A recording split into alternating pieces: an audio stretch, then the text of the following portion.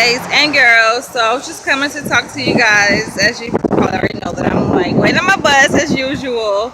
Just finished my last class of today, first last class of today, and it was a very interesting and engaging class because we actually talked about couples therapy and different approaches that you can use when working with couples in therapy.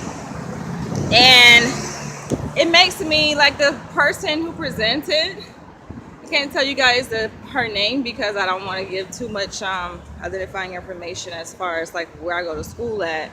I have to keep that private, unfortunately, you guys. I wish I could tell you guys like where I'm going to school at, but I have to keep it private. But anyway, she did a great job at breaking it down to us. Like, she is a licensed she's a licensed therapist, but she's also a psychologist. So, and much of her training is working with clients at the VA. So I learned so much from the presentation. It was like 3 hours long, and it is hot. Whew.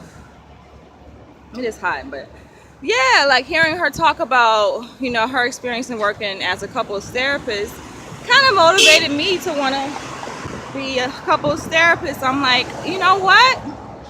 I'm like, because I actually, already said that I wanted to work with families. That's like my primary focus is working with children and families. But hey, couples are a part of that system. So something to consider.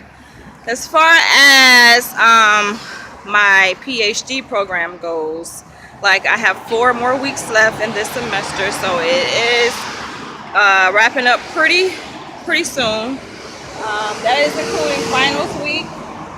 Our last week, which is I think it's like the second week in May.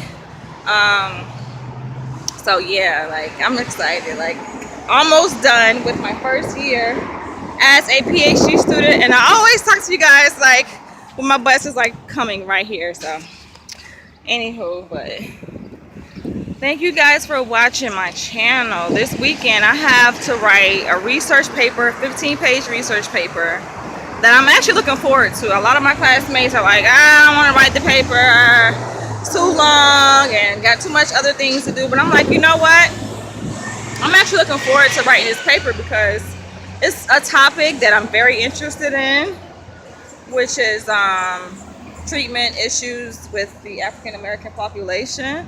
And as you guys may not know, a lot of us do not go to treatment. And I think it's more about accessibility and affordability of treatment than it is just our desire to go to treatment.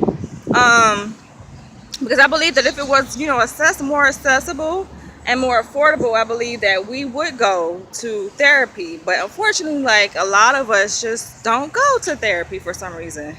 Like just don't have the money, I think, and a lot of times insurance doesn't cover maybe what we want to go to therapy for. So that's something I think that every African American should look into. If you have insurance, Medicaid in California is called, the hell is it called?